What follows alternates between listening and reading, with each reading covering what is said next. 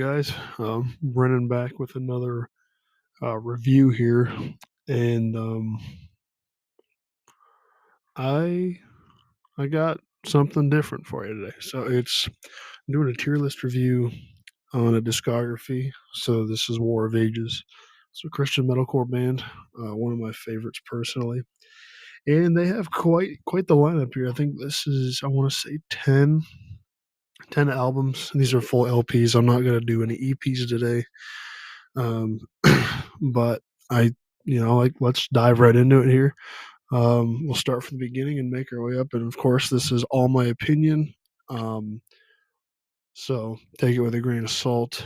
And also, I will say, if I rate something that maybe isn't the best, like say I wasn't a fan, that does not mean it's a bad album, just my personal preference and stuff like that. All right, let's dive right into it. So 2006 brought us Pride of the Wicked. It's this one right here. Now, Pride of the Wicked is kind of their debut album, at least is their first one released on Spotify, that we see on their discography. And this one's got some great songs on it: Heart of a Warrior, The Fall of Pride, um, Strength Within, Rise from the Ashes. Like, there's some solid songs on here. Instrumentally and lyrically, this one is sick. Good solos, good breakdowns. Like I said, solid lyrics. If there's not a lot of clean vocals, which I like clean vocals personally in metalcore, I think War of Ages is a band that does it very well. If I'm being honest, but their debut, pretty good.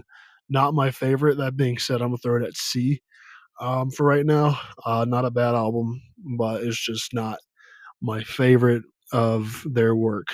Moving on, we get to 2007 brought us Fire from the Tomb. Now, Fire from the Tomb, I listened through it this summer, and I wanted to make this video this summer, but it just didn't end up working out. But Fire from the Tomb, um, I remember the only one on here that really stood out is Battle On, and that's a pretty popular one. For me, I listened to that a lot in high school, and even going through it again this summer, I'm like, that's pretty good. Um, but yeah, Fire from the Tomb, not a bad album, but I'm also gonna slap it at C with Pride of the Wicked. It's a good album, just not my favorite of theirs. And that brings us to Arise and Conquer from 2008. So Arise and Conquer has some pretty good ones on here. You got Wages of Sin, Salvation, Through the Flames, and of course, All Consuming Fire, with one of the meanest breakdowns I've ever heard in Christian metal. It's freaking sick, dude. Um, like I think it's awesome. I love it, and this is a solid album. Um, and I remember listening to it this summer. I'm like, this is actually a really good album. And All Consuming Fire is a great opening track. This being said, I'm putting Rise and Conquer at B tier. I think it's a great album. Gets you going in that breakdown on All Consuming Fire. I keep on listening to it over and over, and it's fantastic. All right, so that brings us up to 2010 with the release of Eternal here. Eternal, I don't even know where to begin. This is an awesome album. The opening track, Collapse, freaking chills.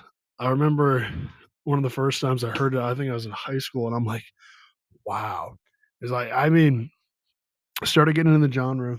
I called myself a Christian, but I wasn't like fully following Jesus yet. And I'm just hearing like the refrain, we're filled with emptiness, and then it comes in. I'm like, what the heck? This is sick.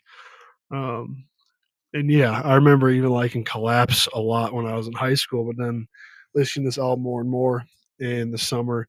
Desire Sick. I think the Tim Lambesis part's actually not too shabby. And then Eternal with the Sunny Sandoval collab is awesome. And then Josh Gilbert on Lack of Clarity. Um, but Eternal, Failure, Collapse, Desire.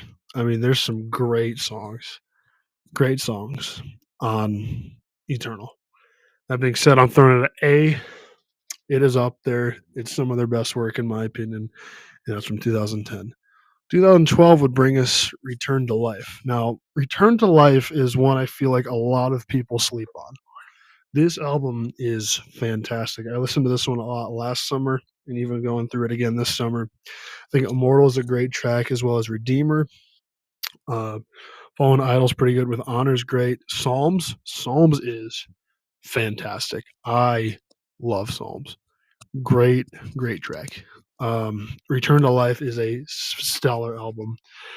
Not everyone's going to agree with me on this one, but I'm throwing Return to Life at S tier. I think it is some of their best work, and it does not get talked about nearly enough.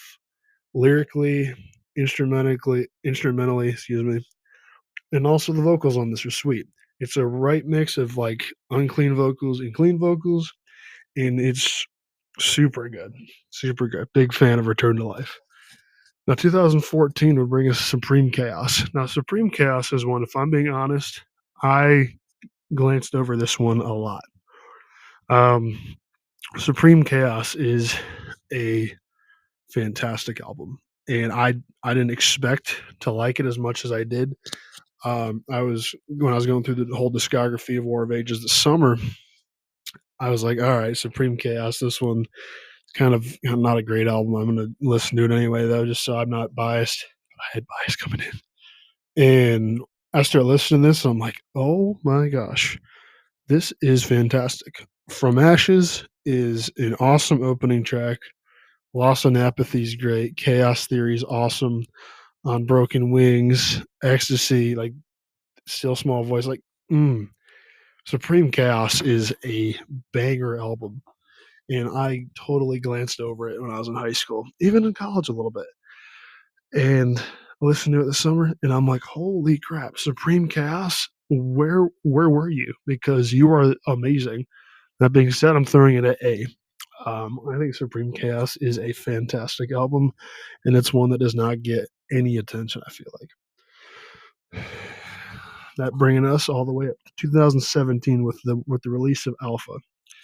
Alpha is it's a good album. Fullness has an awesome chorus on it. Um, Hollow Point has a crazy good chorus. Um, Creator was my alarm for a while. Alpha was one of the first vinyl records I ever got in high school, just ever. So it's kind of got a soft spot for me in that regard. Um, as far as music and being an album, though, it's a good album. It's just not my favorite of theirs. It is kind of nostalgic for me, being one of my first records I ever got. I think it might have been the first record I purchased with my own money, um, which is kind of cool. And I have it on CD as well. It's a good album. Just I don't revisit it a ton. So that being said, I'm going to throw it at B. Um, I think it's a good album, but it's not my favorite of theirs. Um, that brings us to 2019 with Void. Here's the thing with Void. I feel like it got a little bit of love here and there. I could be wrong. For me, nothing on this album really stood out to me. It just like I never was able to get into this, even when I went through it again this summer. I think the only track that I really liked was Sulfur and Salt. Um, and I'm listening to this album. I'm like, man, like it's good. Like lyrics are good on it, but it's just like it's not my thing. That being said, I'm putting it at D tier. I put it below Pride of the Wicked and I think Rise from the Ashes. Yep, Fire from the Tomb, not Rise from the Ashes. Fire from the Tomb and Pride of the Wicked. I put Void below that. That doesn't mean it's a D tier album. But as far as War of Ages goes, it's on my D um, tier for this tier list of their discography check. That being said, we wait a few years. We get to 2023 and we would get the release of Dominion. I remember the like singles coming out for this. I think it was Dominus and Armageddon, maybe allowed to say. I don't remember all of them. I think Dominus, or I don't even know if I'm saying that right, was the first single to come off of this album. and I'm like, "This is freaking sick. We're getting new War of Ages. Let's." And then the album dropped, and I got songs like "Famine" on here, "Laodicea." Um, like this is a solid album. Solid album. I think it's great. Um, the artwork's cool on it. Great album. Have it on CD, and I was grateful to get another War of Ages album out, and just I remember listening to it a good amount when it came out. I was a sophomore in college when it came out, and I remember liking it a lot when it dropped. That being said, I'm throwing it at A tier. I think it's a great album and some of their best. Brings us to this year, 2025. We're coming to the end of 2025. It is December 14th as I'm recording this video. Not sure when it'll go up. It's December 14th currently. So we're getting towards the end. But June 13th, we got the Eternal 15th anniversary re-recorded version. And I did not expect to like this re-recorded version as much as I did. I'm like, okay, re-recorded, that's fine. It's probably not going to have the same punch. Son, it did. Eternal, awesome. Lack of clarity, great. Collapse is great. But then you got the unreleased track before, Prevail. Prevail is an awesome song. I freaking love Prevail. Honestly, it is awesome and it fits into the album so well. So yeah. Honestly, I think I might like the re-recorded version a little better than the original, and I don't know if that's bad to say, but like it's really close between the original release of Eternal and then the re-recorded version of Eternal, because the re-recorded has Prevail on it, which is a sick song. But that is my tier list of the War of Ages discography. Fantastic band, fantastic lyrics, amazing. Like they're extremely talented.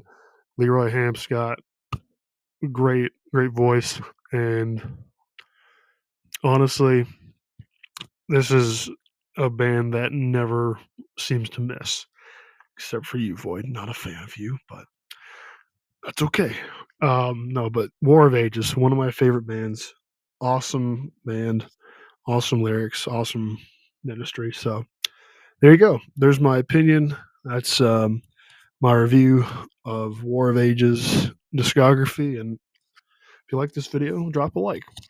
I'll probably make more of these. I low key kind of want to make a tier list of Creed. I was listening to Human Clay earlier, and it was actually pretty good. So I'll see you guys. Love you all. Jesus loves you more. You died for your sins. Give your life to Him if you haven't already. Take care of yourselves. I'll see you in the next video. Goodbye.